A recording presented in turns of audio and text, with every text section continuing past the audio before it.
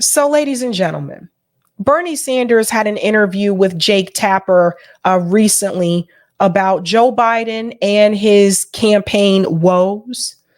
He also spoke a lot in reference to the war, Israel and Gaza. Make no mistake, what you're about to witness here is Bernie Sanders actually begging people to still come and support Joe Biden. Start with the interview, then we'll get to this article where he's trying to scare people and fearmonger them to vote for Joe Biden. Listen to Bernie Sanders talk out both sides of his mouth. Today marks 100 days since the brutal Hamas attacks on Israel. Here in the United States, divisions over the war that Israel launched that day are only growing. Joining me now, Independent Senator Bernie Sanders of Vermont. Senator, thanks again for joining. We have a lot to get to, but first let's start with this dramatic new escalation in the Middle East. President Biden strikes against the Iranian-backed Houthi rebels in Yemen. Top House progressive Congresswoman Jayapal said the president should have gotten and in fact needed permission from Congress, calling the strikes an unacceptable violation of the Constitution. Do you agree with her? Were these strikes illegal? Well, what I do think is the president has a right to respond on an emergency basis to the disruption of international shipping brought about by the Houthis. On the other hand, he's got to get to Congress immediately. It is Congress that has the right to declare war, not the president of the United States. So I hope this is. So I actually debunked that a couple of nights ago. Just FYI, that the president can do that. Now, is that necessarily the right thing to do? I would argue, no, you should talk to Congress first, but the president can do that if he wants to. Let's continue. Let me take off the captions here as well. Issue gets to Congress immediately. Let's talk about the war that Israel is waging in Gaza. You are trying to force a vote in Congress that would direct the U.S. State Department to look into whether Israel is using U.S. equipment or assistance to violate human rights standards in Gaza. The spokesman for the National Security Council, John Kirby, responded to your plan saying, quote, "We do not believe that this resolution is the right vehicle to address these issues, and we don't think now is the right time. The Israelis have indicated they are preparing to transition their operations to a much lower intensity, and we believe that that transition will be helpful both in terms of reducing civilian casualties as well as increasing humanitarian assistance," unquote. What do you say to that? I strongly disagree. Jake, we have got to, as Americans, take a very deep breath. What is going on in Gaza right now is a horrendous humanitarian catastrophe. We're looking at 23,000 people who have been killed, almost 60,000 have been wounded, and 2/3 of the people who have been killed are women and children. You're looking at 70% of the housing units in Gaza that have been destroyed. Jake, if I use the word Dresden, Germany to you, you think about the horrific destruction during World War II of that city. What is going on in Gaza now in 3 months is worse than what took place in Dresden over a 2-year period. This is a catastrophe. And now, according to the United Nations, after you have 1.9 million people displaced from their homes, they don't have food, they don't have water, they don't have medical equipment, they don't have fuel. What you are looking at is imminent starvation. But Bernie Sanders, when other colleagues of his were willing to step forward and call for a permanent ceasefire, Bernie Sanders was not willing to do that.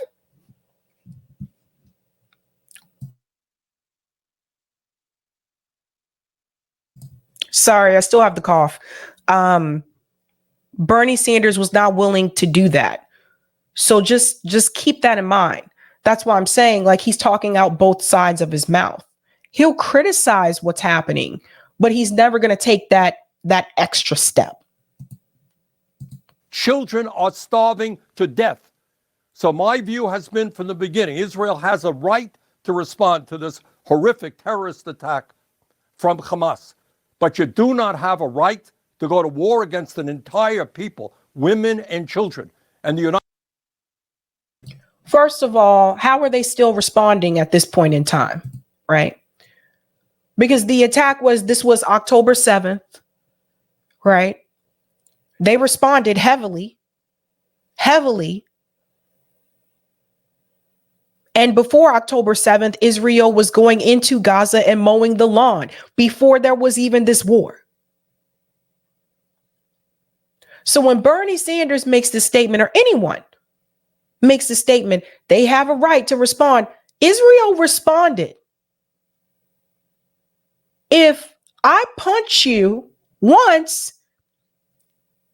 and you beat me the hell up and I'm on the ground, and here it is days later and you're still beating me up, how long does a response last? How long do you have to defend yourself? So there's that. So that part right there, even Bernie Sanders, he's not even saying it the way that it should be said. Because that's the question that people should have. How long of a time do you have to continue to defend yourself? And how are you still defending yourself if they're not punching you?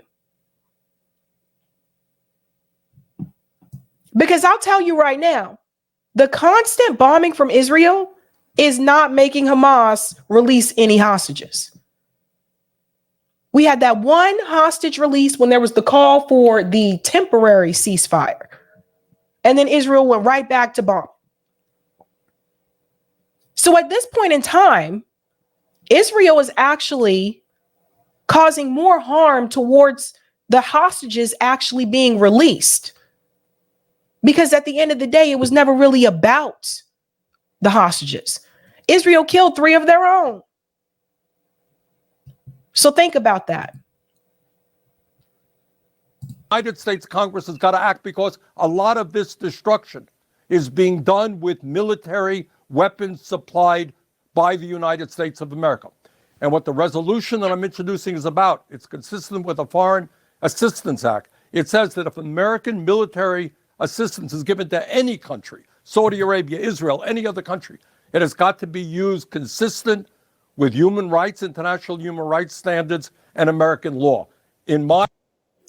Now let's go ahead. Yes, Oz is correct. Bernie Sanders is the biggest traitor to the American left in history. Yes, he is. Let me go ahead and tell you why what he just said here is problematic. Pay attention to what he says. Being done with military weapons supplied by the United States of America.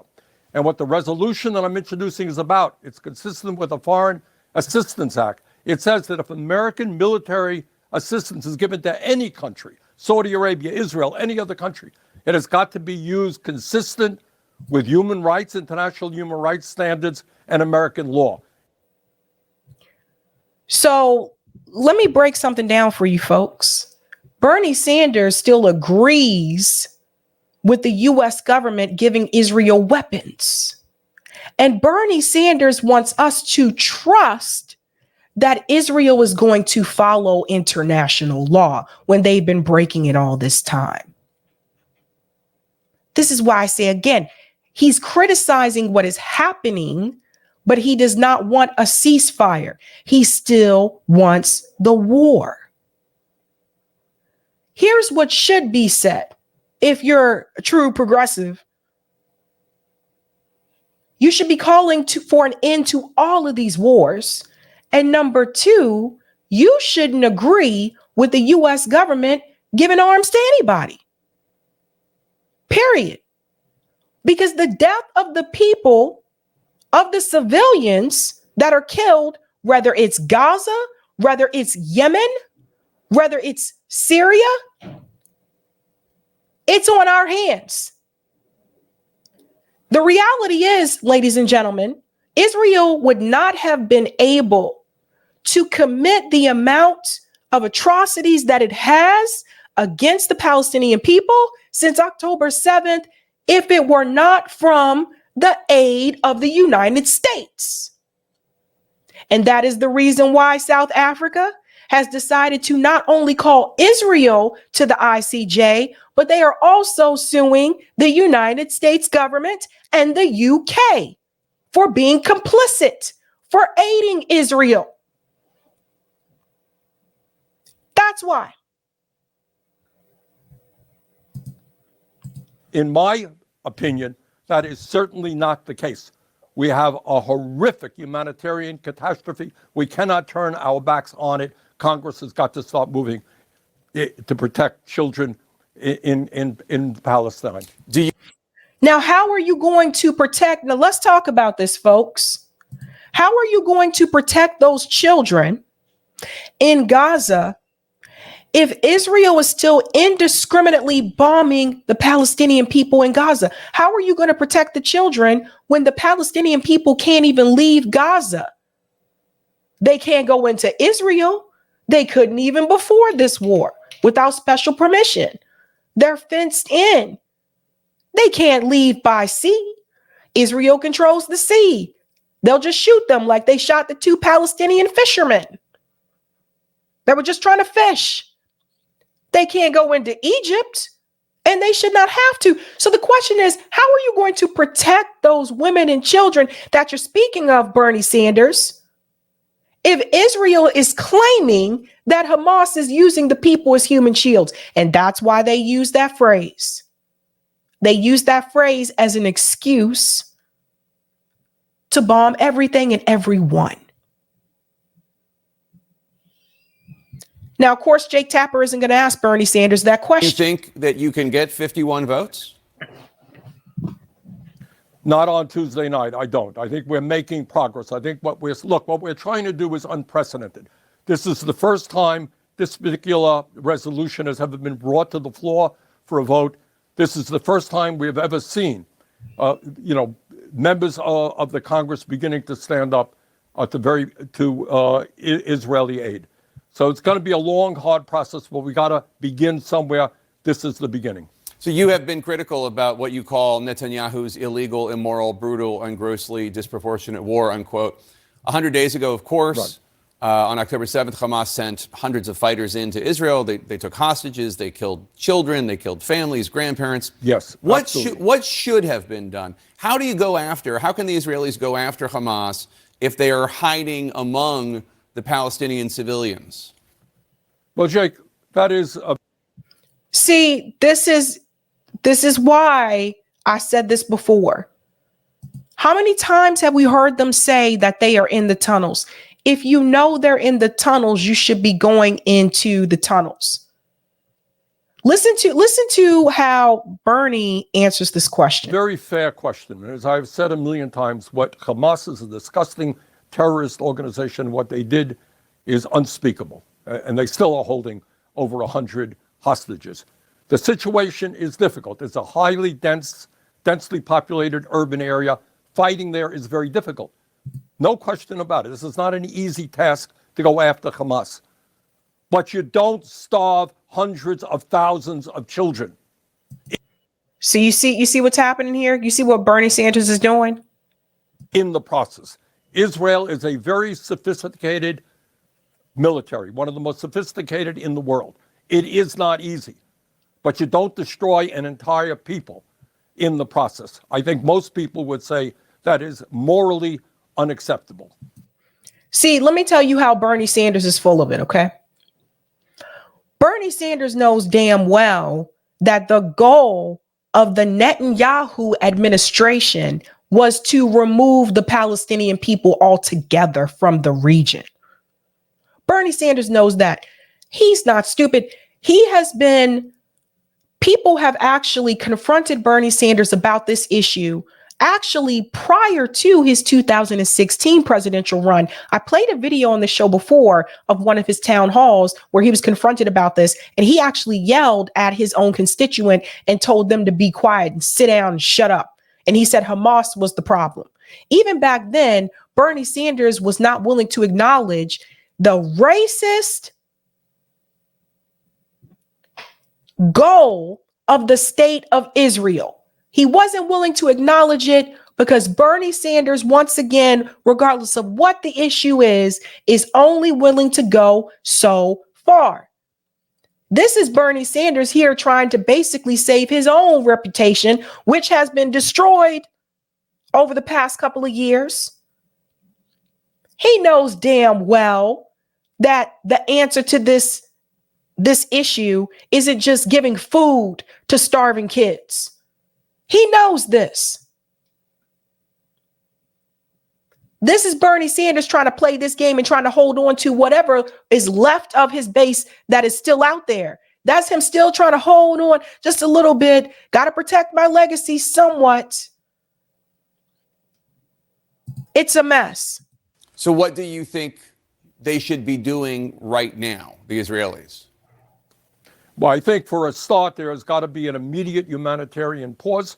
Food, water is not getting into Gaza. And children are going hungry and people are facing starvation. So the first thing that's got to happen is there have to be a massive increase in humanitarian aid to fend off the famine. And second of all, Israel has got to target its attacks. You cannot continue this vast war of indiscriminate bombing and now starvation against the women and children and innocent people of Gaza. So he mentions there needs to be massive humanitarian aid to help the Palestinian people in Gaza, but he leaves out the fact that Israel has been blocking some of the food and supplies from going into Gaza in the first place. That the IDF, they have been raiding trucks. These are the things that Bernie Sanders, I know he knows, but he's leaving out. All you have to do is look on social media. You can see videos of the IDF raiding trucks that are coming in with the supplies, burning the supplies, taking the food away so that the kids won't have it. And Bernie Sanders isn't going to say that. What does that tell you? President Biden has caught a lot of criticism from the left on his support for Israel amid this war. You're a leader on the progressive left, the movement that you helped create in your presidential campaigns. Do you think that young progressives in the United States will ultimately rally behind Joe Biden in November, or has he seriously damaged his standing? Look, I think we will see what happens in November because the choice is pretty clear. Running against Donald Trump, who I suspect will be the Republican candidate, is one of the most dangerous political figures in modern American history. So I think people will end up rallying around Biden. But there is no question it is very hard for young people, I think for most Americans, to be excited about what is going on right now. President has got to change course. He has been very clear. He has expressed his concern about, quote unquote, indiscriminate bombing. He has asked Netanyahu over and over again to change course. Netanyahu just yesterday said, no, we're going to continue doing what we are doing. Unacceptable. Now, see, this is Bernie being disingenuous here, because obviously, if I ask you to stop indiscriminately bombing a people that you despise, but I'm still supplying you the weapons, what do you think is going to happen? So Bernie knows that. You cannot give billions of dollars to a country that ignores your wishes, violates international law. So I would hope that the president follows through on his concerns and says to Netanyahu, this is unacceptable. You're not getting a nickel more from the United States unless you radically change course. We're not going to see hundreds and hundreds of thousands of children starve to death. We shouldn't be sending them weapons in the first damn place anyway, Bernie Sanders. We shouldn't be sending them. Look, the U.S. government gives Israel $3.8 billion a year. Just because, like $3.8 billion a year. You're basically rewarding them for bad behavior. And nobody it's like, if you push back on that and you make criticism about it, then people are like, but that's not fair because their people have been through so much. Okay. Yeah. Well, American descendants of slavery have been through a lot too. I don't see the U.S. government giving us any money. Oh, too soon? They'll help out another country. They'll help out people in another country before they help people out in this country. Make no mistake. Now, here's the problem. This was on Democracy Now! A couple of days ago, where they brought up the problem that Joe Biden, what they were not expecting to happen. Let me make sure Yeah. Let me start it right about here. I want you to hear this because this gentleman here, his name is Trita Parsi. And in this discussion, it says Biden's refusal of Gaza ceasefire could drag us into another Middle East war. But there was something that he said during this discussion, and I just want to make sure I get the timestamp correct here. Okay, yeah. I think it's right about here. Listen to what he says was not expected. The Beltway, why Biden is refusing to in any way stand up, not just signal on the outside calling for de-escalation, but actually making those calls, since he's had, to say the least, so many with Netanyahu. Listen to this. I think the Biden administration made a huge miscalculation from the outset. They did not think that there would be this type of a backlash amongst the American public, including his own supporters, against the Israeli campaign. Do you guys hear that?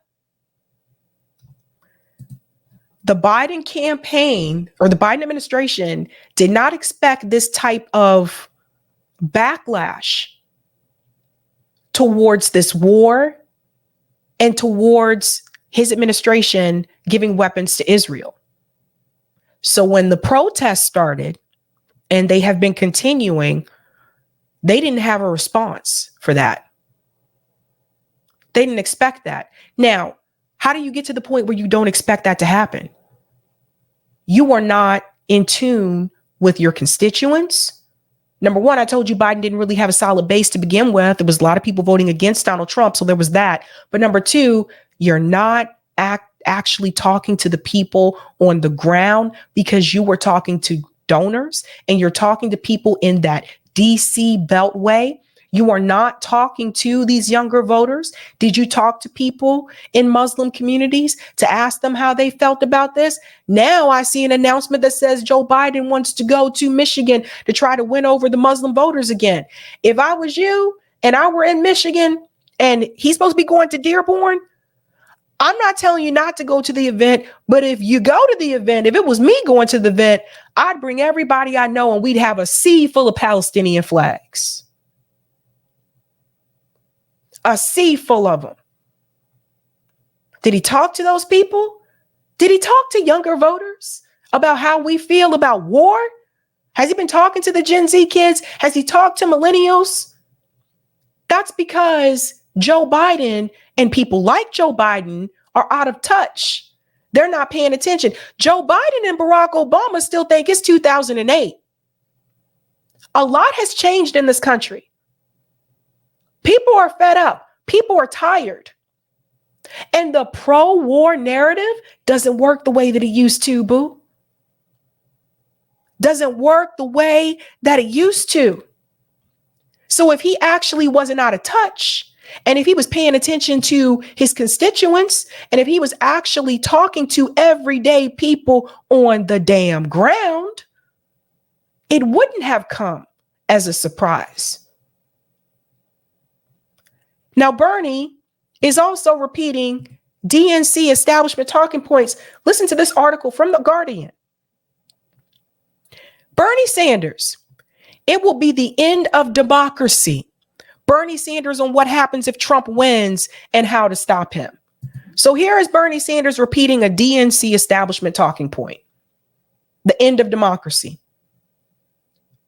How the hell you're going to talk about the end of democracy, Bernie Sanders, when the DNC cheated you?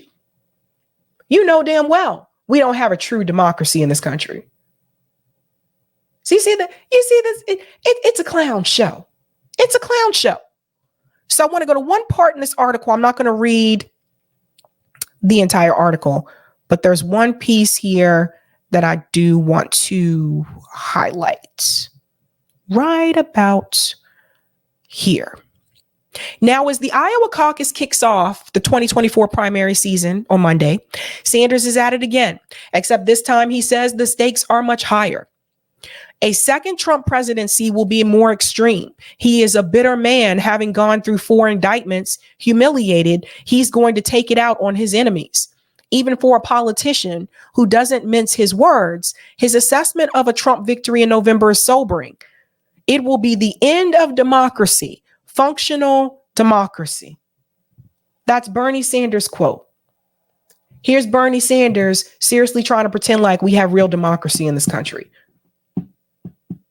DNC fraud lawsuit, anyone? Hello. He said it may not happen on day one. Trump wouldn't be as obvious as to abolish elections, but he would steadily weaken democracy, making it harder for young people and people of color to vote. Innervating political opposition, whipping up anger against minorities and immigrants. Who's whipping up anger against at least a certain segment of the immigrant population right now? That's Joe Biden. I just told you he's lost a significant portion of the Muslim vote in this country, which the largest Arab population in the U.S. just happens to be in Michigan, in a state that he needs to win. He was able to win those voters last time around. This time around, they're feeling differently because he is aiding in a genocide against other Arab groups. Like, what the hell? A second Trump presidency will be much more extreme than his first. He's made that clear, says Sanders. There's a lot of personal bitterness. He's a bitter man, having gone through 4 indictments, humiliated. He's going to take it out on all his enemies. We've got to explain to the American people what that means to them, what the collapse of American democracy will mean to all of us. You see what he's doing here? Collapse of American democracy. Can I just tell you guys something? If you talk to the average working class Joe Schmo, the last thing they're thinking about is, man, I sure do want to protect American democracy. If I go to Baltimore, visit my family, my extended family, if I go to Baltimore and I say, man, are you guys worried about protecting democracy? My cousins will probably slap me. He doesn't ascribe the rise of Trump solely on a lumpen mass of redneck working class Americans, deplorables to borrow a phrase. I do not believe that all Trump supporters are racist or sexist homophobes. I think what's going on in this country is a belief that the government is failing ordinary Americans. Now look at the way that he frames this, a belief. Nah, it's a fact. Bernie Sanders knows that. His entire campaigns were about that. Now it's a belief. Get out of here. Pay attention to these types of things, guys. We got to pay attention. But that's Bernie Sanders talking out both sides of his mouth. And to be clear, for people who would ask me, well, what do you want Bernie Sanders to tell the voters to do? So if you really care about the kids in Gaza, Bernie, if you're really against genocide, and you really want this to stop, the choice is clear. You would rally whatever is left of your base. And even some of the ones that walked away would probably join in this. You rally what's left of your base the same way you rally people across this country when you were asking for money. When you were running those 2 campaigns. And you tell them, this time around, we're going to break the system. And we're going to vote for the candidates that are against the genocide. Bernie Sanders, just like that overnight, could have thousands of people joined with him or rallied in the streets and say, you know what? We're all going to back. You guys are going to back either Jill Stein or Cornel West. You're going to back those candidates that are against the genocide and want the dignity and self-determination for the Palestinian people. That's what we're going to do. Hell, he could have did that after he lost in 2016, after they took it from him. Boo. And we wouldn't be trying to start a third party movement now. The movement would have already been here. So what is Bernie Sanders actually good for, ladies and gentlemen? He want to criticize the genocide, but he wants you to vote for the genocider, okay? Somebody make this make sense to me. And I don't want to hear, oh, well, then they'll get Donald Trump. If Bernie Sanders had rallied all of his supporters and said, we all going to band together and we're going to support the third party independent candidates that are against the genocide, thousands of people would have followed him and they could actually have a chance of actually winning. But Bernie Sanders isn't going to do that because Bernie Sanders don't really care that much about them damn kids. Bernie Sanders cares about making sure he still has a spot at the table in the political arena, even when he retires. So miss me with the poor children, Bernie, if you're telling people to vote for their oppressor. If you're telling people to vote for Jim Crow Joe. You're telling people to get out there and continue to support the guy who is giving Israel the weapons in the first damn place. You don't care about them damn kids. So miss me with that. Miss me with it. Never forget, for most of these politicians, they're going to make sure they protect their reputation. They're going to make sure they protect their name. They're going to make sure they protect their status so that they still have a seat in that DC bubble. That's what it's really about.